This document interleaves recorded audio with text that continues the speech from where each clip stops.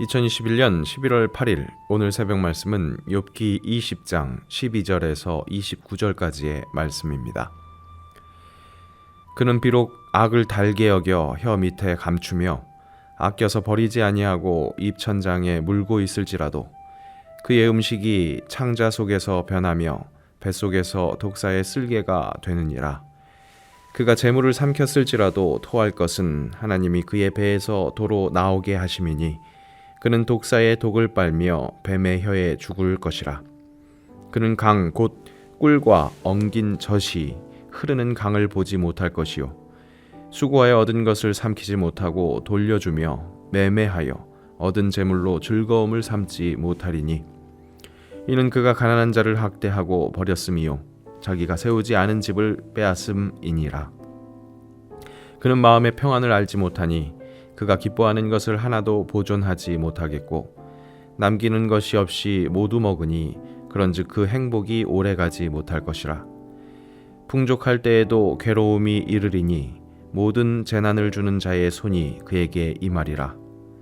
그가 배를 불리려 할 때에 하나님이 맹렬한 진노를 내리시리니 음식을 먹을 때에 그의 위에 비같이 쏟으시리라.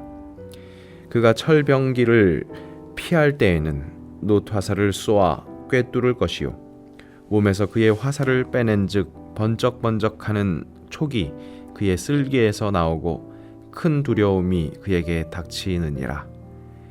큰 어둠이 그를 위하여 예비되어 있고 사람이 피우지 않은 불이 그를 멸하며 그 장막에 남은 것을 해치리라.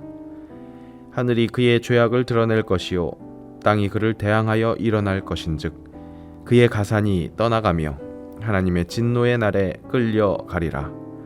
이는 악인이 하나님께 받을 분깃이요 하나님이 그에게 정하신 기업이니라. 토론 프로그램을 애청하는 편입니다. 말을 조리 있게 잘하는 것, 매력을 느끼기 때문인 것 같습니다. 요즘은 대선 후보자 토론이 한창이었죠. 참 똑똑하신 분들입니다. 그런데 신기한 것은 똑똑하기는 한데 분명히 말하는 것은 그 후보가 제일 훌륭한데 지지도는 그만큼 높지 않은 것을 봅니다. 사람이 사람을 판단하는 것에도 똑똑한 것, 말 잘하는 것, 그 이상의 많은 기준들이 있음을 새삼 느낍니다. 꼭 사람에게 인기를 얻기 위해서가 아니라 이 사람들의 그 많은 기준들 중에 정말 우리가 신경 쓰고 중요하게 여겨야 할 것은 무엇일까? 진리를 따른다는 것은 무엇일까? 그런 생각을 해봅니다. 명철한 내 머리로 읽히는 탄탄한 논리력, 그것을 잘 표현하는 언변, 그런 것보다 그 중심에 무엇인가 있어야 할 것이고 그 중심에 있어야 할 것은 바로 사랑일 것입니다. 그 사랑을 좀 더 명철하게 알고 나서 그래서 그것을 아름답게 표현하며 설명해내는 그런 언변은 꽃이 될 수는 있을 것입니다. 하지만 정말 중요한 것은 그 중심에 있는 사랑이라고 할 수 있습니다. 오늘 소발도 어쩌면 친구를 사랑하는 마음으로 이욥을 찾아왔을지 모릅니다.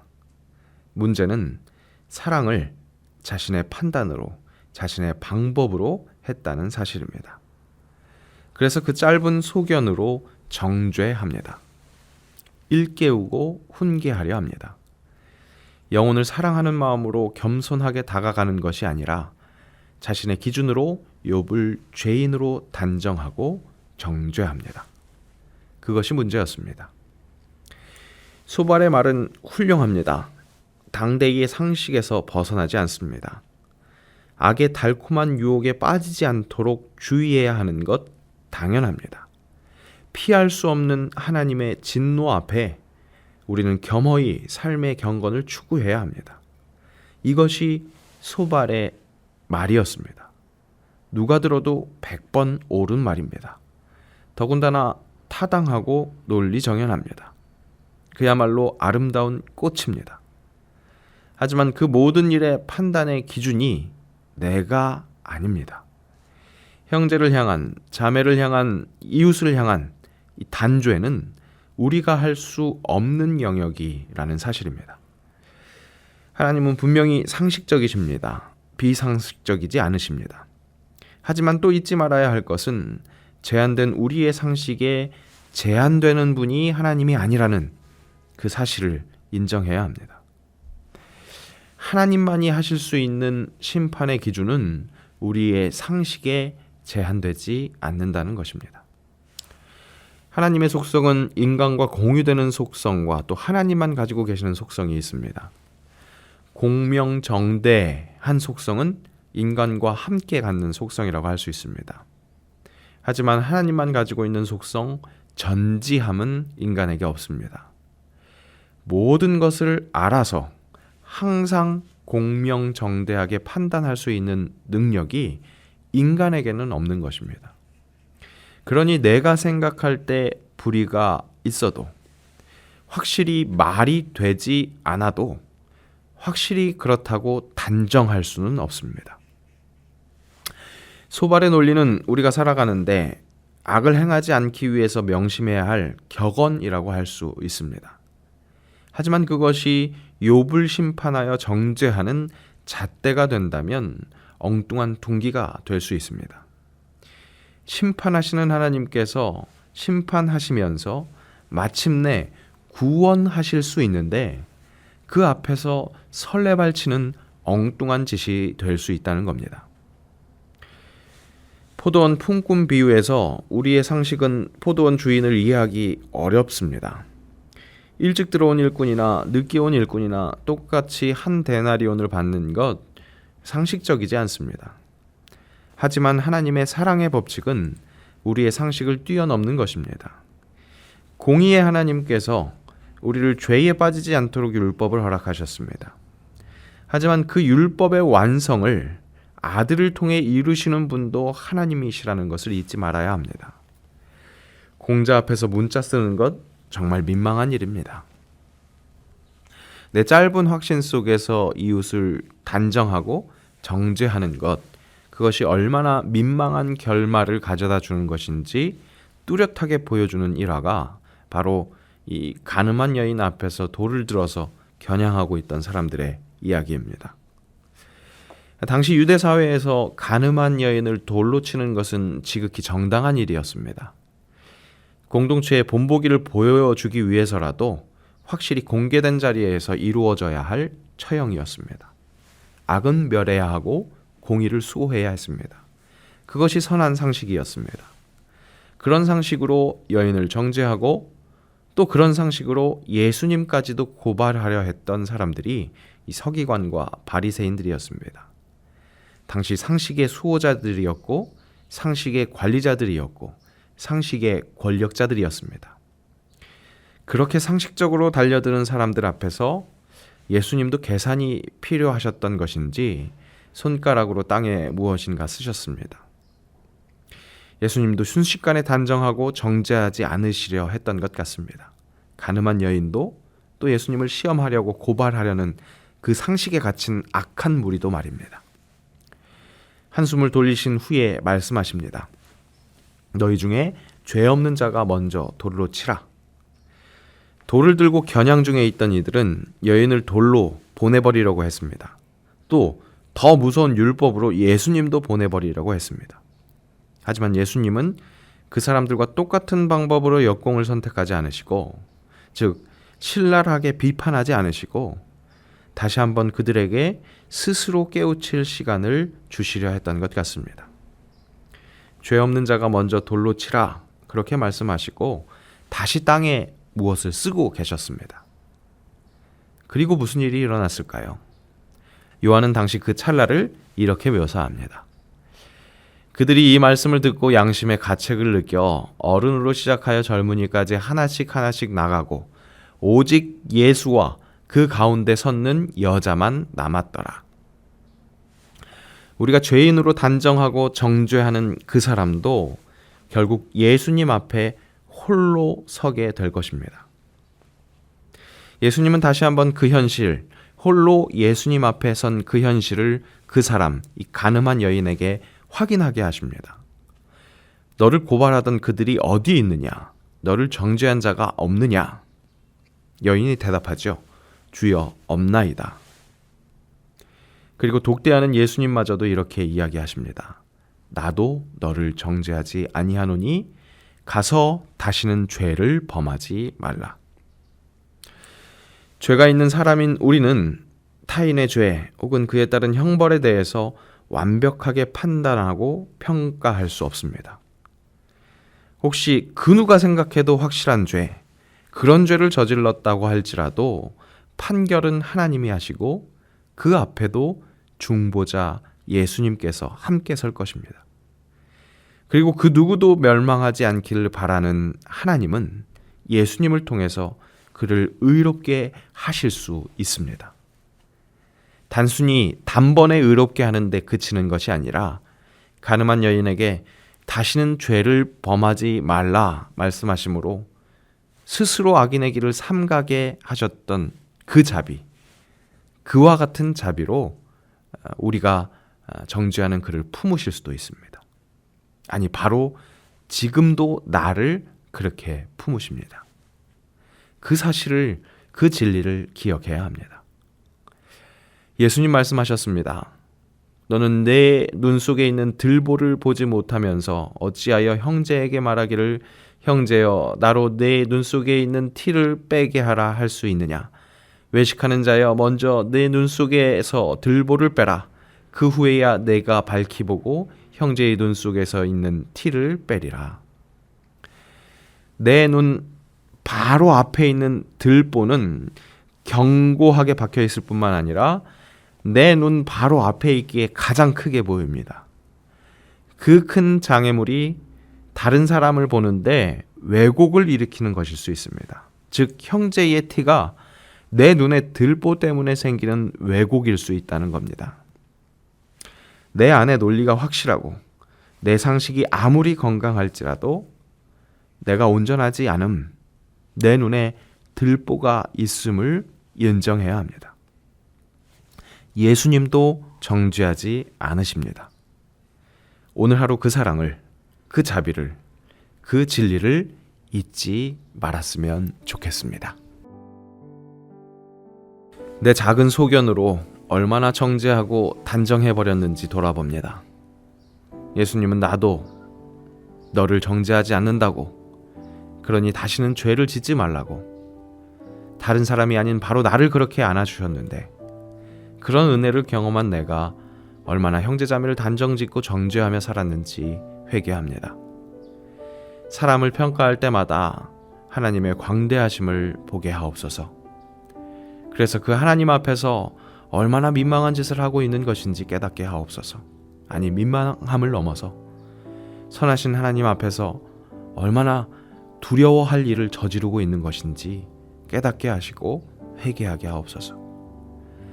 나의 형제자매를 향한 정죄가 그 사람에게도 상처를 주는 것뿐만 아니라 나에게는 더 큰 과오로 남는다는 것 잊지 않게 하셔서 나와 형제를 사랑하시는 하나님의 사랑을 저버리는 큰 죄 짓지 않도록 오늘도 절제하게 하옵소서.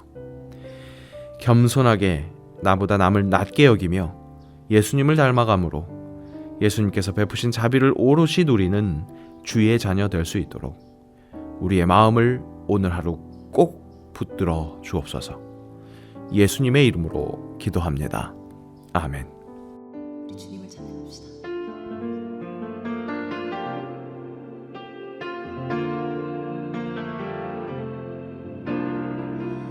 나 같은 죄인 살리신 주를 몰라